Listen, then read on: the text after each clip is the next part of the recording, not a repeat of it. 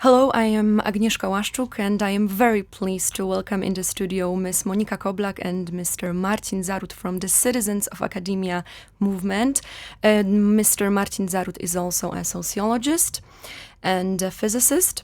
And today we'll talk about Poland's higher education system and the role of academia.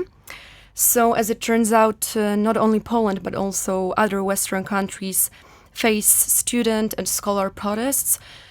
Students and scholars have protested against the commodification of education. In Poland, there is, for example, the Polish Humanities Crisis Committee, and they criticized the marketization of higher education. In May, students at the University of Warsaw formed the Engaged University Initiative and now fight for more democratic education. So, from your perspective, what are the major challenges which now Poland's higher education system faces? While results of those protests are somewhat similar in Poland and in other countries, the roots of those effects are somewhat different, because in Poland for the last 20 years, higher education and research system was seriously underfunded. For the last 20 years, the average spending on research and development higher education was below the average for the developed countries. So these marketization problems and international problems of education are mixed with long-time chronic underfunding. So that would be the first effect. The second effect is that we are forced to compete on the international level for the journals, for the international grants, for the European Union projects, without having similar research base due to this underfunding. So we are forced to compete, even though that we do not have the similar basis for such competition. And how would you define this commercialization of higher education, commodification, or as other people call it, the impact of neoliberal ideology on university practices? I don't like that kind of very general terms, although they are very catchy during the protests. I'd rather to talk about concrete issues such as standardization of curriculums or rising the fees, for example, for completing master thesis. When I completed my thesis, the fees were much more lower, and I wasn't forced to pay for the extension of my studies. And this was recently changed, and it was one of the causes for the recent protests. So that would be the first idea. And the second problem or second sign of this commodification is rise of the short-term contracts in the academia and lack of stability during the studies. Obviously, this lack of stability is also spotted in different academic systems in the foreign countries, but in Poland, due to this underfunding, we do not have that much, when you do not receive grants, you do not have many more opportunities to get it. You do not have that much variety of funding agencies. And Ms. Koblak, do you believe that the Polish academia is in crisis? Well, when I look at my friends who are also members of our civic movement, the Citizens of Academia, I definitely believe that there are a lot of problems that they have to deal with. And one of them is, I guess, the difference between the situation of young students and young researchers and those who have been working at universities for a very long time. And these young students and young researchers do not have enough incentives and motivation to spend more time researching what they would like to research. So this is a huge crisis when you've got a lot of doubts among young researchers. They do not feel that their situation is stable and secure, which is the major problem. And when you think of all those young researchers that travel to Western countries, they are definitely recognized as very valuable assets and researchers. But you can't really expect foreign researchers coming here to Poland. So there is definitely a problem in the system and in the academia. And do you believe that the crisis affects only arts and humanities or also so-called natural and formal sciences? I guess the problem is in the system, in the system of incentives, and in a situation, in the social, let's say, support that is provided for young researchers. And this happens irrespective of the discipline that they represent. When you think of our civic movement, you will see that we represent a lot of different disciplines, and we are trying to define such objectives that will be shared and common for all disciplines. So no, we should not really concentrate only on the humanities. And this is also supported in the research on the whole system. For example, if you look on the European Union Innovation Scoreboard, you will find that Poland is fourth from the bottom in those ranking. And this ranking is very general, very covering many fields, from academic, from teaching, to the research and development in the industrial sector, to the jobs, to the patents. So this crisis is not only localized in humanities or in social sciences, but in whole research and development system, even beyond the academia. This is called so-called medium wage trap. We cannot compete more with lower wages, but we do not have infrastructure to be to compete with our science. You've talked about young researchers in Poland and the problems that they face. To be honest, I have many friends who are PhD students, and they constantly complain about poor employment prospects. So my question is, well, maybe I will add only that the thing is that they have to constantly produce new academic papers and essay and participate in academic conferences and so on and so forth. How big is this problem? Depends on the scale and depends on the particular unit, but in general, about 30 or 40% of the PhD students get pay for their work. The rest are working for free. And obviously, this problem is much more larger in humanities or in social sciences, but even in the physical sciences, for example, in astrophysics or in astronomy, there are many PhD positions without funding, when you just work for free without remuneration.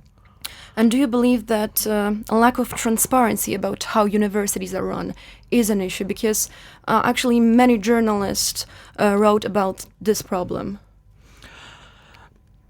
This is two-way problem, because obviously we still lacking the transparency, and on the other hand we need to move into open science model, open access model, because we have the similar obligations to the society who is funding us. But once again, we do not have, for example, infrastructure for such. We do not have extra money to prepare open access papers.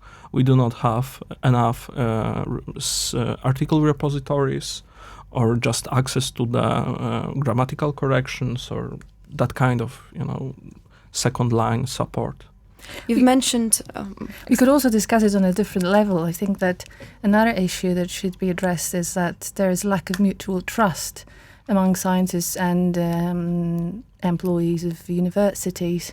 So when you do not have this, when you do not have code of ethics that are followed, you definitely have a problem with transparency and cooperation between different lecturers and researchers. And I should also add that as a science communicator or popular science journalist or activist, I observe that we in Poland also face similar problems as Western societies, as a systematic distrust in science. For example, anti-vaccination campaigns, or protests against genetic modifications or medical technologies. And when we are facing the same problems as our Western colleagues, there's the same distrust in science, but on the same moment, we do not have that much developed science communication, mutual trust, education system, and many other systematic issues. A few times you've mentioned the funding issue. So for sure there is not enough money in Poland's higher education system, but how much do we need? During the last 2 or 4 years, the average spending on research and development and higher education is constantly rising, even despite the financial crisis. And our Ministry of Higher Education is very much proud of it, but still this funding is below the average for the OECD. And it should be also added that much of this funding comes from European Union funds, not from our organic funding, not from our budget funding. So this is only temporary funding, and it's not very, how to say it, prospective. So if I would say that we lack about, it would be very good if we have about 1% of gross domestic product spending for science and for research and development, and again, and another 1% for higher education, science communication, or relationships with or infrastructure problems.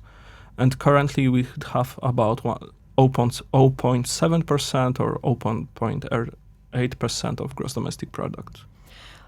I believe that if we want to tackle this crisis, we have to first define the goals of higher education. So from your perspective, what should be the idea of university that Polish universities should follow? Well, there are several issues that we addressed in this Pact for Science that was developed by our civic movement, by the citizens of academia. And I guess among those most important, you will find the increase of the quality of teaching at universities, and also the quality of research, which is, of course, connected to funding. You can't ignore that. Also, among these postulates, you will have more attention paid to the prevention of pauperization of scientific communities. It is very important that they feel that their situation is stable, that they have some future ahead of them, and they can plan this future. As you mentioned, right now, a lot of them work on contracts that are short-term, and they don't really know what will happen after that, right? After the contract will end. I think that the most visible obligation between academia and society is not only due to a production of abstract knowledge, but providing applicable knowledge for the relevant social issues. One example would be, we are currently having public debate about Gini coefficient or about inequalities in Poland, and we know that we do not have sufficient data. All academics, even professionals, even from our national bank, admit that this is under-researched. And this is when we have public debate, everyone is interested in this issue. We should have something, but we do not have because we are underfunded. And this is just one example. And another would be, we do not have very good or very long-term sociology of work studies. For example, we do not have very much data about prospects of employment of our graduates. We have single studies, but no long-term effects, no nationwide statistics. So we do not even know what do we not know. Another thing is also that these should not only be scientific communities that are involved in the debate, but we would like to raise a public awareness of how important science is and universities are, and that they should become kind of centers and hubs of places where you build social and economic capital, locally and globally. So there should be definitely more interest in the society generally in science and significance of science. You've stolen my question to a certain point Sorry because for I wanted to ask why actually the Citizens of Academia movement was established. So what are its goals apart from the ones that you mentioned? It was established, I think, 3 years ago, and it all started in some cafes and in flats of these founding members of the movement. And there were quite young researchers who decided that, well, they knew each other from different occasions and from different common endeavors, and they decided that definitely there was a huge problem and there should be something done. Which is not a common thing, I guess, because you do not really have a lot of belief in the impact that you may have on the situation. And they wanted to raise this public awareness and start a debate that will get more people involved in this discussion, right, about science.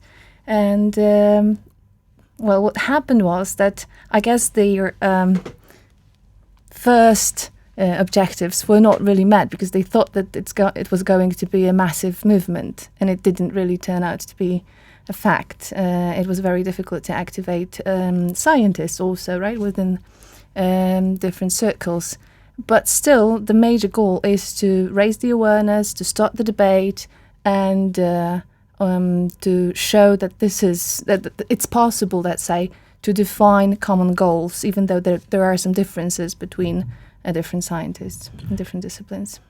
One thing that should be noted is that Citizens of Academia started not as a protest movement, but as a movement for change. We are not protesting against anything, although we do not agree with all of the policies. But our debate is not only connected with our underfunding.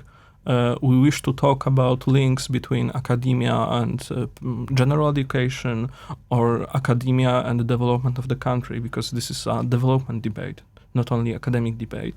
So, in our opinion, we need to discuss science not because we in the academia are underfunded, but because this is a national state debate. This is a public issue.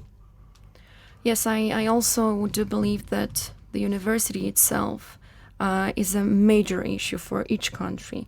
I would like to thank you very much for the interview. I wish you good luck in your debate. So my guests were Ms. Monika Koblak and Mr. Marcin Zaród from the Citizens of Academia movement, and I am Agnieszka Łaszczuk. Thank you very much once again. Thank you. Thank you.